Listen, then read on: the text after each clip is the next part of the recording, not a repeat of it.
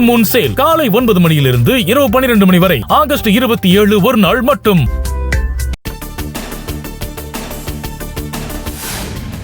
நேபாளத்தின் ரசுவா பகுதியில் திடீரென ஏற்பட்ட வெள்ளப்பெருக்கால் அடித்துச் செல்லப்பட்ட சாலைகள், பாலங்கள். நிலநடுக்கத்தால் பனிச்சரிவு ஏற்பட்டு பெருவெள்ளம் ஏற்பட்டிருக்கலாம் என நேபாள அரசு தரப்பில் முதற்கட்ட தகவல். நேபாளத்தில் ஏற்பட்ட பெருவெள்ளத்தில் அடித்துச் செல்லப்பட்ட வீடுகள், கார், லாரி போன்ற வாகனங்கள் உள்ளிட்டவையும் வெள்ள நீரில் அடித்துச் செல்லப்பட்ட கோர காட்சி. பெருவெள்ளத்தால் நேபாளத்தில் திபெத் எல்லைக்கு அருகில் உள்ள ரசுவா மாவட்டத்தில் கடும் பாதிப்பு. பலர் அடித்துச் செல்லப்பட்டிருக்கலாம் என அஞ்சப்படும் நிலையில் மாயமானவர்களை தேடும் பணி தீவிரம். திபெத் எல்லையில் சேரும் சகதிகமாக பெருவெள்ளம் ஆர்ப்பரித்து வந்த பதறவைக்கும் காட்சி. அலறியடித்து தப்பி ஓடிய மக்களையும் வாகனங்களையும் வாரி சுருட்டிச் சென்ற பகீர் காட்சிகள். நேபாளத்தில் திடீரென ஏற்பட்ட வெள்ளப்பெருக்கில் பலியானோர் எண்ணிக்கை 55ஆக உயர்வு. சுமார் 400 பேர் மாயம். மீட்பு பணிகள் விரைவுபடுத்தப்பட்டிருப்பதாக தகவல். நேபாளத்திற்கு சுற்றுலா சென்ற தமிழர்கள் 57 பேர் பெருவெள்ளத்தால் வெளியேற முடியாமல் சிக்கிக் கொண்டதாக தகவல்.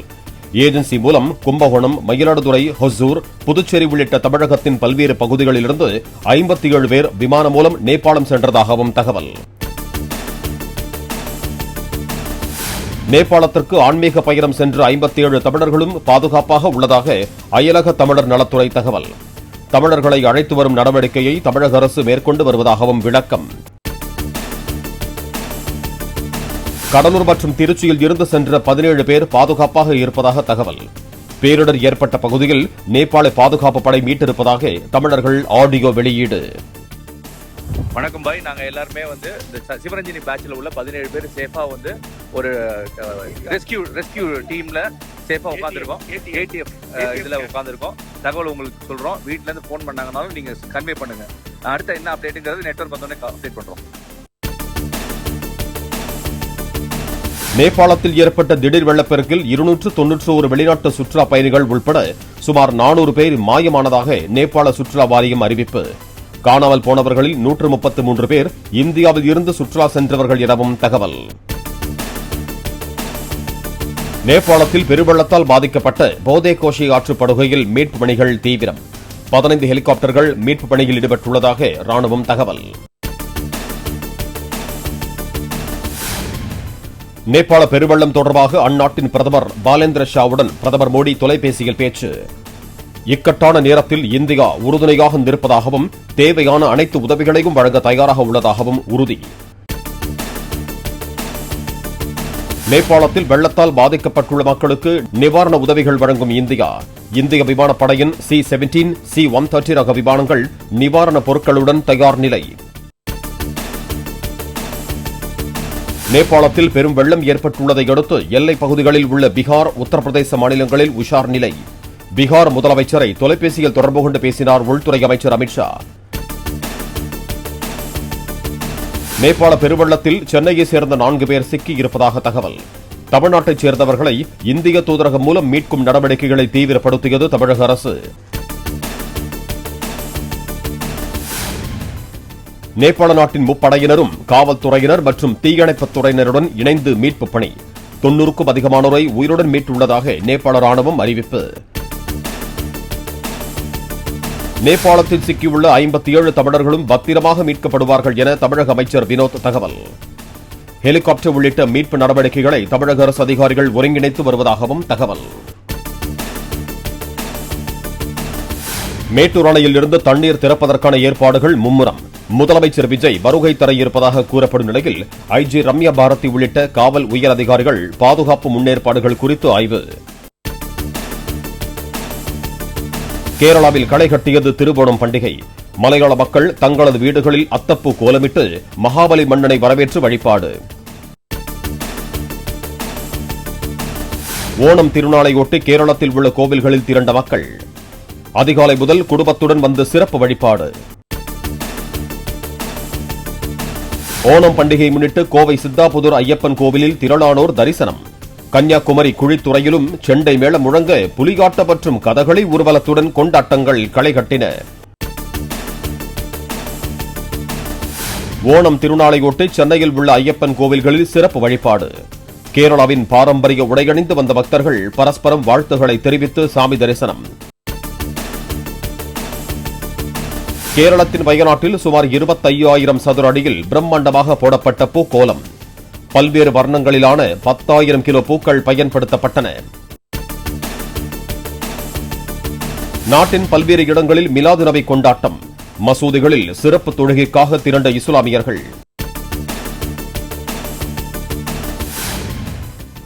இந்தியா உள்பட உலகெங்கும் இன்று இஸ்லாமியர்கள் மிலாது நபி கொண்டாட்டம். நபிகள் நாயகத்தின் போதனைகளை நினைவுகூரும் தருணம் என்று குடியரசுத் தலைவர் திரௌபதி முர்மு வாழ்த்து. சென்னை மாநகராட்சியில் 15 மண்டலங்களுக்கும் பொறுப்பு அமைச்சர்களாக 7 பேரும் ஒருங்கிணைப்பாளராக ஆதவ் அர்ஜுனாவும் நியமனம். வளர்ச்சிப் பணிகளை துரிதப்படுத்தவும் பேரிடர் கால நிவாரணப் பணிகளை மேற்கொள்ளும் விதமாகவும் அரசு நடவடிக்கை. சென்னை உள்ளிட்ட 5 மாவட்டங்களில் 202 இடங்களில் தூர்வாரும் பணி. வடகிழக்கு பருவமழை முன்னெச்சரிக்கை பணிகளுக்காக 42 கோடி ரூபாய் ஒதுக்கீடு செய்தது தமிழக அரசு. சென்னையில் வடகிழக்கு பருவமழை முன்னெச்சரிக்கை பணிகளை மேற்கொள்ள IAS அதிகாரிகள் நியமனம். 15 மண்டலங்களுக்கும் அதிகாரிகளை நியமித்து தமிழ்நாடு அரசு உத்தரவு. பரந்தூர் விமான நிலையத்திற்காக கையகப்படுத்தப்பட்ட நிலம் தொடர்பாக சட்ட ஆலோசனை மேற்கொண்டு சுமூக முடிவு. மாநில வளர்ச்சியும் அவசியம், விவசாய நிலமும் முக்கியம் என்பதில் தாவேக அரசு உறுதியாக உள்ளதாகவும் அமைச்சர் ராஜ்மோகன் கருத்து. நமக்கு விமான நிலையமும் வேண்டும், விவசாய நிலமும் வேண்டும். அதற்கான அந்த பயணத்துல சொன்னதை செய்தார் முதல்வர். இல்ல அவசரப்பட்டு நம்ம எதையும் சொல்லிட்டு, ஏன்னா இதுல சட்டம் சம்பந்தம் சப்ஜுடிஸா இருக்கு, இது கோர்ட்ல கேஸ் இருக்கு. அப்ப அந்த முத்தரப்பையும் கலந்து பேசி எல்லோருக்குமான ஒரு சுமூக முடிவு எடுக்கணும். சில பேர் கொடுத்திருக்கிறாங்க, சில பேர் கொடுக்கல. எல்லாரையும் கலந்து ஆலோசித்து வெகு விரைவில் சிறப்பான ஒரு நல்ல முடிவு. நன்றி. சளி, காய்ச்சல், இருமல் போன்ற அறிகுறிகளை பொதுமக்கள் அலட்சியப்படுத்த வேண்டாம். தமிழ்நாட்டில் பன்றிக் காய்ச்சல் பாதிப்பு அதிகரிப்பதால் சுகாதாரத்துறை அவசர எச்சரிக்கை. சங்கரன்கோவில் அருகே கார் வேன் நேருக்கு நேர் மோதி விபத்து. காரில் சென்ற 2 உயிரிழப்பு, வேனில் பயணித்த 10க்கும் மேற்பட்டோர் படுகாயம்.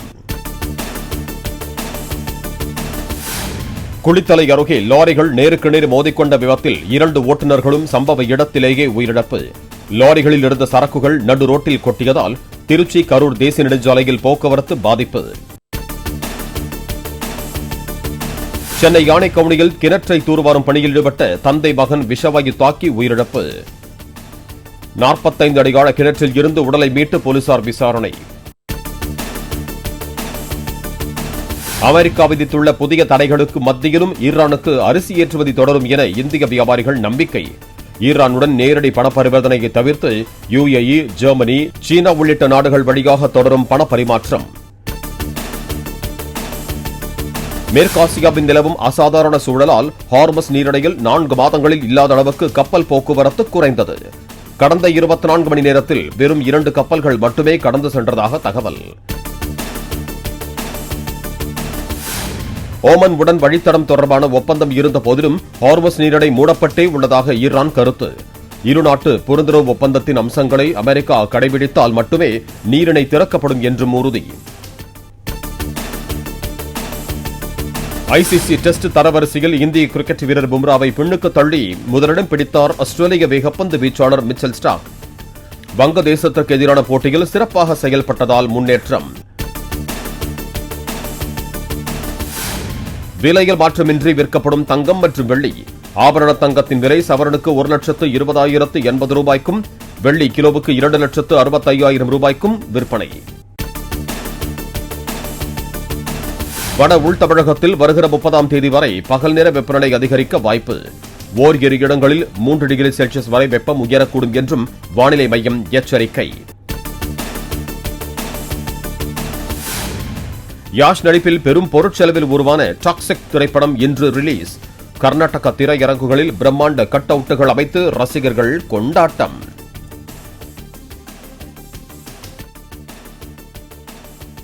ஃபுல் மூன் சேல் காலை 9 மணியிலிருந்து இரவு 12 மணி வரை ஆகஸ்ட் 27 ஒரு நாள் மட்டும்.